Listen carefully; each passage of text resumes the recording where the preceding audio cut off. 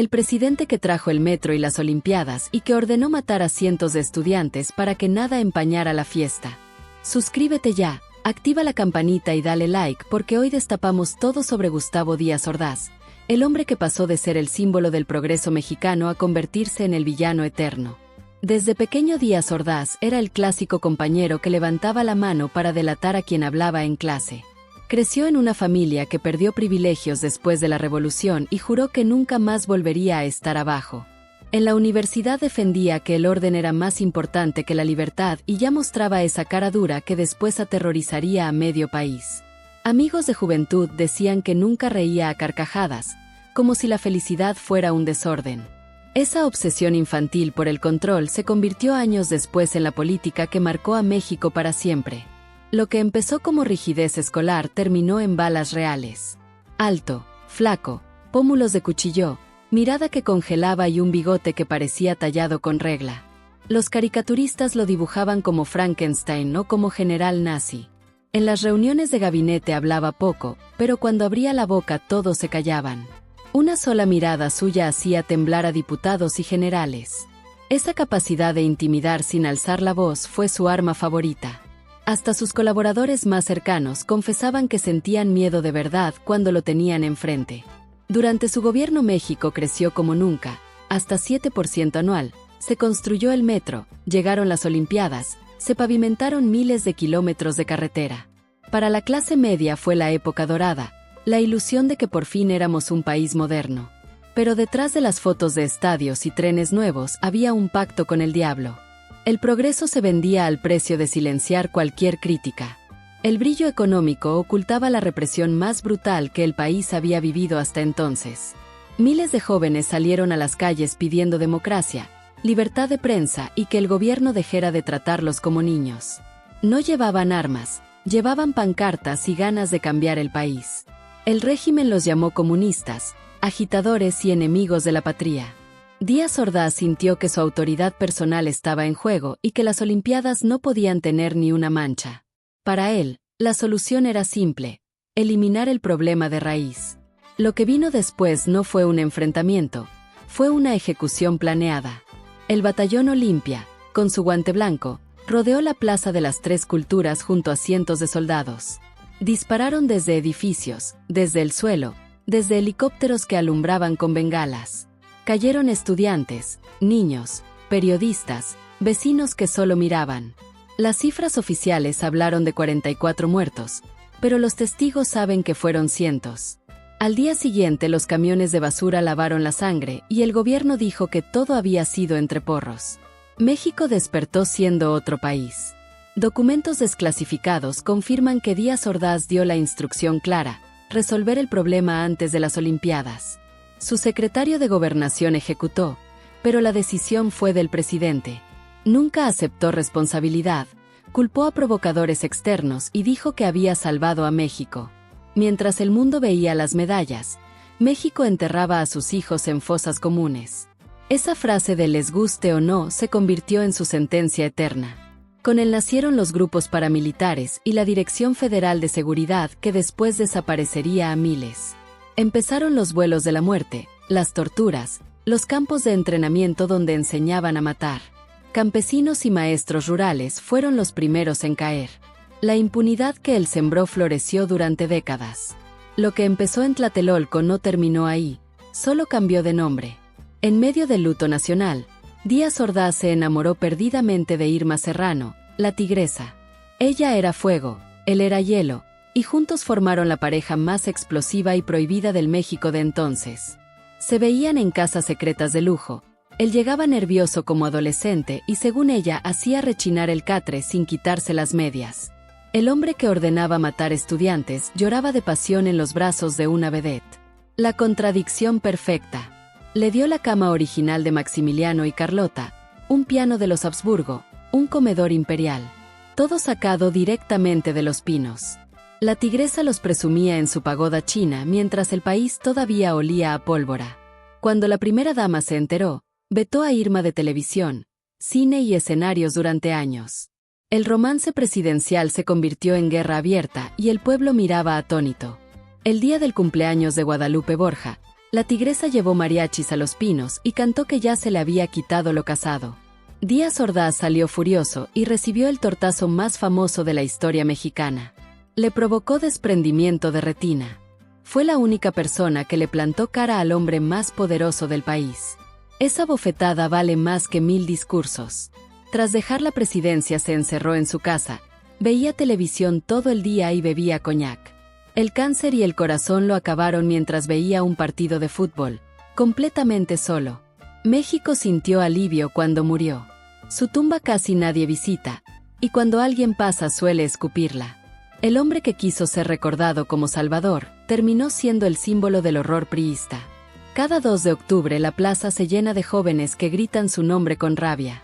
Su foto aparece en murales como demonio y en memes como villano eterno. Calles y escuelas que llevaban su nombre fueron renombradas entre protestas.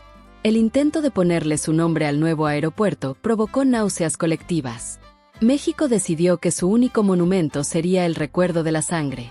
Su hermano menor, José Díaz Ordaz, cobraba cheque mensual de la Agencia Central de Inteligencia y pasaba listas de estudiantes y guerrilleros. Documentos desclasificados lo confirman. El propio Gustavo lo sabía y lo justificaba diciendo que mi hermano cuida la retaguardia. Gracias a esa conexión, Washington cerró los ojos ante la masacre y hasta felicitó al gobierno mexicano por contener el comunismo. México no solo fue represor, fue satélite en la Guerra Fría. Prefiero un cementerio a una plaza llena de comunistas, nunca se encontró en ningún archivo, pero México la adoptó como si la hubiera gritado en televisión. Funciona porque resume exactamente lo que hizo. El pueblo le puso las palabras que él nunca necesitó decir, las balas hablaron por él. Hoy sigue circulando en redes cada 2 de octubre como si fuera evangelio. Él venía de un México rural, misa los domingos y respeto a la autoridad por encima de todo. Los estudiantes del 68 eran minifalda, rock, anticonceptivos y gritos de libertad. Díaz Ordaz los veía como la peste. Tenía pesadillas de que le pasaba lo mismo que a Batista en Cuba. No fue solo política, fue odio personal de un señor grande contra una generación que ya no le tenía miedo. Los jefes militares que comandaron la matanza vivieron hasta viejitos en mansiones de Cuernavaca, jugando golf y contando anécdotas de cacería. Algunos dieron entrevistas diciendo solo cumplimos órdenes. Uno, ya en cama de muerte, le confesó a su enfermera que todavía oía los gritos de los muchachos. Murió 2 días después. La impunidad los protegió hasta el último suspiro. En los 80 quisieron hacerle estatua ecuestre en Puebla. Los estudiantes de la UAP la quemaron en cartón antes de que la fundieran. El proyecto se canceló de inmediato. Desde entonces nadie se atreve a proponer monumentos. Lo más cerca que llegó fue una placa discreta que cada año amanecía pintada de rojo sangre. Sus hijos y nietos cargan la cruz. Uno cambió legalmente el apellido para poder trabajar sin que le gritaran asesino en la cara. Cuando alguno habla en televisión siempre dice, mi abuelo fue un hombre de su época. Nadie les cree. Ser Díaz Ordaz en México hoy es como ser Videla en Argentina. Apellido que quema. El hombre que mató para que las Olimpiadas fueran perfectas hoy tiene su nombre en el estadio donde México perdió 7-0 contra Chile. Cada vez que la selección juega mal, las redes estallan. Gracias, Díaz Ordaz. México encontró la venganza más dulce. Convertir al villano en el meme eterno de nuestras derrotas deportivas. En cada elección sacan su foto para asustar. Si no votas bien, vuelve Díaz Ordaz. AMLO lo mencionó más de 20 veces en campaña. Claudia Sheinbaum lo usa para diferenciarse. Aunque esté muerto, sigue siendo el coco perfecto del sistema político mexicano. El miedo que él sembró todavía da votos. La cama de Maximiliano, el piano y el comedor que regaló a la tigresa siguen guardados en bodega del castillo de Chapultepec. Cuando Irma murió intentaron subastarlos y el gobierno los recuperó para el patrimonio. Nadie los pone en exhibición porque huelen a sexo presidencial y a sangre estudiantil al mismo tiempo. Son los objetos más incómodos de la historia mexicana. Díaz Ordaz demostró que se puede ordenar matar a cientos, robar muebles imperiales, mentir al mundo entero y morir tranquilo viendo fútbol. No hubo juicio, no hubo cárcel, no hubo ni una disculpa oficial durante décadas. Esa impunidad se repitió después en el Halconazo, en Acteal, en Ayotzinapa. Su mayor victoria no fue el metro, fue enseñarle al poder que en México siempre puede salirse con la suya. Los vecinos de la unidad Tlatelolco juran que cada octubre, cuando cae la noche, la plaza huele a sangre y pólvora quemada. Los departamentos que dan a la Plaza de las Tres Culturas todavía tienen impactos de bala tapados con yeso que nadie termina de reparar. Los nuevos inquilinos descubren las marcas, preguntan y los viejos solo bajan la mirada. Ahí no hay museo oficial, pero cada pared es un museo vivo y cada silencio una tumba. Cada 2 de octubre un señor mayor se para en la misma esquina con la foto de una niña de 15 años. Ella solo había ido a ver a un amigo. Se quedó a escuchar los discursos y nunca volvió a casa. Él lleva 56 años yendo, llueve o truene. Ya no habla, solo sostiene la foto y llora. Es la imagen más fuerte que tiene México de lo que significa no olvidar. Un sobreviviente cuenta que vio a una mujer abrazando a su bebé mientras corría. Un soldado le disparó en la cabeza, la mujer cayó y el bebé quedó debajo llorando cubierto de sangre materna.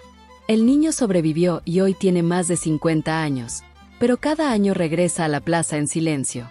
Nadie sabe su nombre, pero todos saben su historia. Oriana Fallaci estaba ahí cubriendo las Olimpiadas cuando vio a una madre de rodillas protegiendo a su hijo mientras un soldado le apuntaba al pecho. Tomó la foto más icónica del 68 mexicano y escribió que lloró tanto que se le rompieron las medias. Esa imagen dio la vuelta al mundo y cada vez que aparece en redes alguien escribe Díaz Ordaz mirando desde abajo. El Comité 68 lleva décadas reconstruyendo la lista real de muertos y desaparecidos. Empezaron con 44 nombres oficiales y hoy van en más de 350 confirmados. Cada año encuentran 1 o 2 más cuando algún exsoldado, ya viejo, decide hablar antes de morir. Es una lista que crece despacio pero nunca se detiene. ¿Por qué Díaz Ordaz usaba bigote? Para que no se le vieran los colmillos. El otro clásico. ¿Cuál es la diferencia entre Drácula y Díaz Ordaz? Que Drácula solo chupa sangre de noche. Hasta las abuelas que votaron por él terminan el chiste con una risita nerviosa y agregan, pero eso sí, nos dejó el metro. México odia y agradece al mismo tiempo. En 1970, al entregar la banda presidencial, un grupo afuera de Palacio Nacional rompió el cerco y gritó por primera vez en la historia "asesino", directo al presidente saliente. Díaz Ordaz se quedó pálido, apretó los labios y siguió caminando. Los granaderos cargaron, pero el grito ya estaba grabado para siempre. Fue la primera grieta pública en el PRI intocable. Años después de la cachetada histórica, Irma Serrano sorprendió diciendo en televisión que el culpable fue Echeverría. Gustavo estaba en Guadalajara y lloró cuando se enteró. Muchos creen que lo dijo por cariño residual, otros que por mantener viva la leyenda del romance. Fue la única figura famosa que intentó lavarle la cara al presidente más odiado de México. A calzón amarrado salió en 1978 y lo prohibieron de inmediato. Se vendía bajo el mostrador envuelto en papel periódico. Irma contó que le lamía los pies, que le prometió divorciarse, que era bueno en la cama porque era malo en todo lo demás. México lo leyó entre carcajadas y asco, y por primera vez vio al monstruo como un hombre patético. El hombre que mató para que las Olimpiadas fueran perfectas hoy tiene su nombre en el estadio donde México perdió 7-0 contra Chile en 2016. Cada gol en contra genera miles de tweets. Gracias por el estadio, Díaz Ordaz. México encontró la forma más nacional de vengarse. Convertir al villano en el meme eterno de nuestras derrotas futboleras. Aunque los vuelos de la muerte se hicieron famosos en los 70, los primeros experimentos empezaron con Díaz Ordaz. Presos políticos eran subidos a avionetas militares en la base de Santa Lucía, les ponían un bloc de cemento en los pies y los lanzaban al mar frente a Veracruz. Algunos pilotos, ya viejos, confesaron años después que las órdenes venían de muy arriba. El Pacífico y el Golfo todavía guardan esos cuerpos. Un periodista de Excelsior salió de Tlatelolco con la camisa empapada de sangre de un estudiante que murió en sus brazos. Llegó a la redacción y su jefe le dijo, si publicas eso, mañana amanece esto así. La nota nunca salió. El reportero renunció esa misma noche y se fue del país. Hoy vive en España y cada 2 de octubre publica la foto de la camisa manchada en sus redes sin decir una palabra. A las 5 de la mañana del 3 de octubre, camiones del servicio de limpieza barrieron la plaza y lavaron todo con mangueras de alta presión. Vecinos vieron cómo corrían ríos rojos hacia las coladeras. Los trabajadores recibieron doble paga y la orden de no hablar nunca. Algunos de esos choferes todavía viven y cuando les preguntan solo dicen «yo solo manejaba».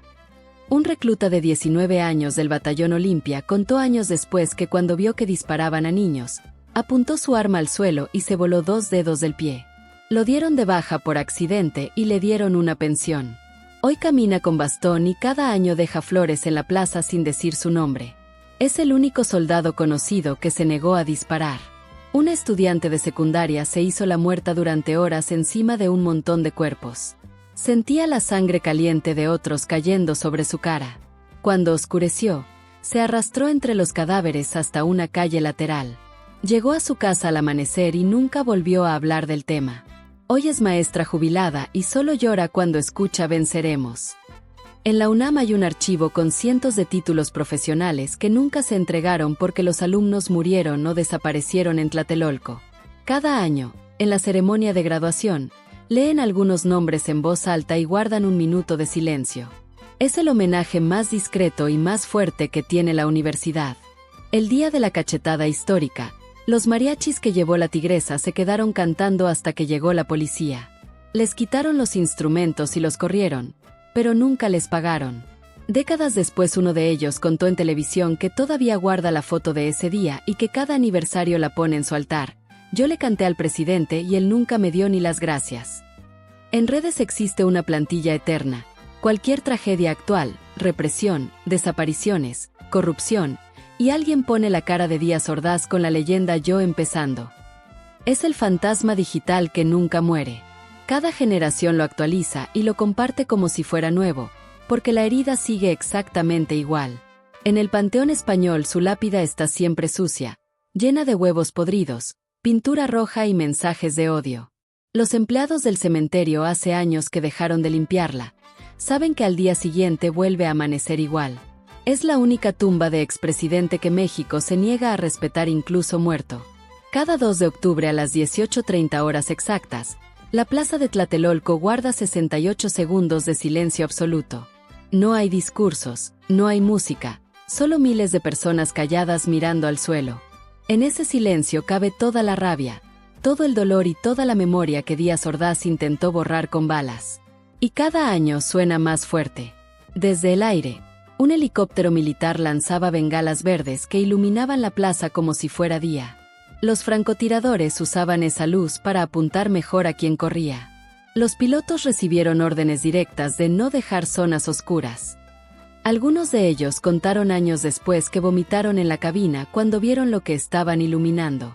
Esa luz verde todavía aparece en las pesadillas de los sobrevivientes. El famoso guante blanco del Batallón Olimpia no era solo identificación.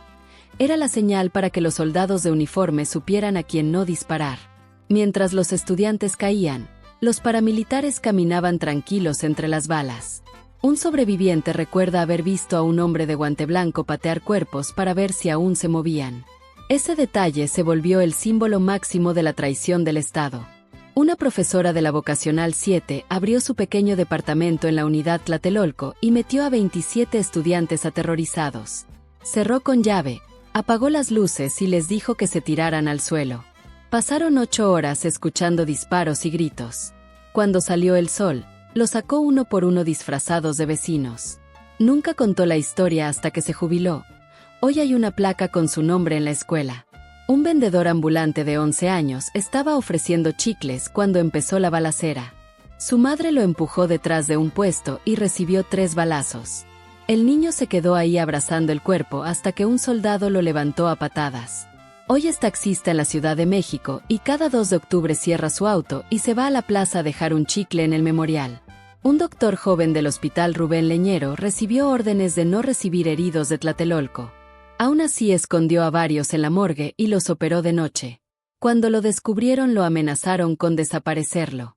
Salvó a 18 personas. Años después contó que todavía guarda las balas que extrajo en un frasco de formol.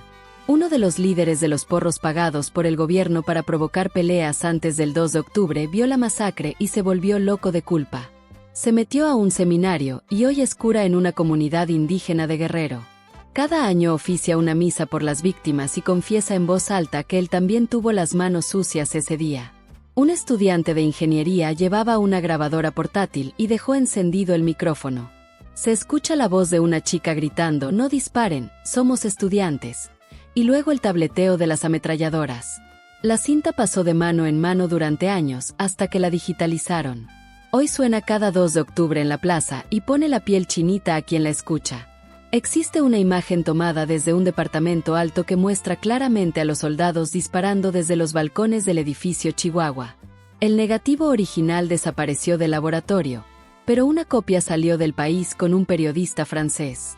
Esa foto fue la prueba irrefutable que el gobierno nunca pudo desmentir. Un exmilitar de 78 años va cada año a la plaza disfrazado de civil, se arrodilla frente al memorial y llora en silencio. Nadie sabe su nombre, pero los vigilantes lo reconocen. Dicen que murmura «perdón, muchachos» una y otra vez. Lleva haciendo lo mismo desde hace 30 años sin faltar uno solo. En la pared de la Vocacional 7 hay un mural gigante con los rostros de los estudiantes caídos. Cada 3 de octubre las autoridades lo pintan de blanco. Cada 4 de octubre los alumnos lo vuelven a pintar. Lleva así más de 40 años. Es el ritual más mexicano de memoria y resistencia que existe. En el tercer piso del edificio Chihuahua hay un reloj de pared que marcó para siempre la hora exacta en que empezó el infierno. La bala que lo atravesó entró por el número 6 y salió por el 12, congelando las manecillas a las 18:22. El departamento quedó abandonado durante décadas porque nadie quería vivir ahí. Cuando por fin lo rentaron en los 90, el nuevo inquilino intentó arreglarlo y el reloj arrancó solo, dando las 18:22 una y otra vez hasta que lo desconectaron de la luz. Hoy está en el Museo de la Memoria y la Tolerancia, pero cada 2 de octubre vuelve a marcar esa hora aunque no tenga pilas. La estación Tlatelolco estaba recién inaugurada y esa noche se convirtió en río rojo. Los heridos bajaban arrastrándose por las escaleras mecánicas dejando huellas de sangre que llegaban hasta los andenes. Los trabajadores del metro recibieron orden de cerrar la estación y lavar todo antes de las 5 de la mañana. Uno de ellos guardó una foto del charco gigante que formó en el vestíbulo. Esa imagen circuló en secreto durante años y hoy está en el archivo del Comité 68. El padre Miguel, párroco de la iglesia de Santiago Tlatelolco, salió con su estola morada cuando escuchó los disparos. Caminó entre los cuerpos dando absolución a quien aún respiraba. Una bala le rozó la sotana y otra le quitó el crucifijo de la mano. Siguió hasta que un soldado lo empujó y le gritó que se metiera. Salvó a 3 personas arrastrándolas hasta el atrio. Nunca volvió a hablar del tema, pero cada año oficia la misa del 2 de octubre con la misma sotana rota que guarda en una caja de madera. Un maestro de la UNAM, militante del partido desde los años 40, vio desde su balcón cómo los soldados disparaban a sus alumnos. Bajó a la calle, sacó su credencial del PRI, le prendió fuego con su encendedor y la dejó caer sobre un charco de sangre. Al día siguiente renunció a su puesto de funcionario y se unió al movimiento. Vivió el resto de su vida dando clases en secundarias públicas y contando la historia a quien quisiera escuchar. En el Hospital Juárez, una enfermera llamada Rosa escondió a 7 estudiantes heridos en la lavandería del sótano. Los metió en carros de ropa sucia y les puso sábanas encima. Cuando llegaron los militares a buscar agitadores, ella les dijo que ahí solo había ropa manchada de sangre de accidentes. Los chicos sobrevivieron. Rosa nunca pidió reconocimiento y murió hace pocos años sin que nadie supiera su nombre completo. Un agregado cultural francés vivía en el piso 12 del edificio Chihuahua y grabó toda la masacre con su cámara Super 8. La película salió del país en valija diplomática y se proyectó en París semanas después. Esas imágenes fueron las primeras que mostró el mundo de lo que realmente pasó. El diplomático nunca volvió a México y hasta su muerte guardó silencio sobre lo que vio, pero dejó la cinta al Instituto Nacional de Antropología e Historia con la condición de que solo se mostrara después del año 2000. Uno de los comandantes que dirigió la operación en Tlatelolco empezó a beber sin control después de 1968. Veía fantasmas de estudiantes en su casa de las Lomas. En 1976 se encerró en su estudio, escribió una carta que nunca se hizo pública y se disparó en la sien con la misma pistola que había usado para dar órdenes esa noche. Su familia dijo que fue depresión, pero los veteranos saben la verdad. Canoa de Óscar Chávez fue prohibida en radio y televisión durante años, pero todo México la cantaba en las marchas. La letra habla de un pueblo que se levanta y de un gobierno que reprime. Cada 2 de octubre suena en la plaza y miles la cantan a todo pulmón.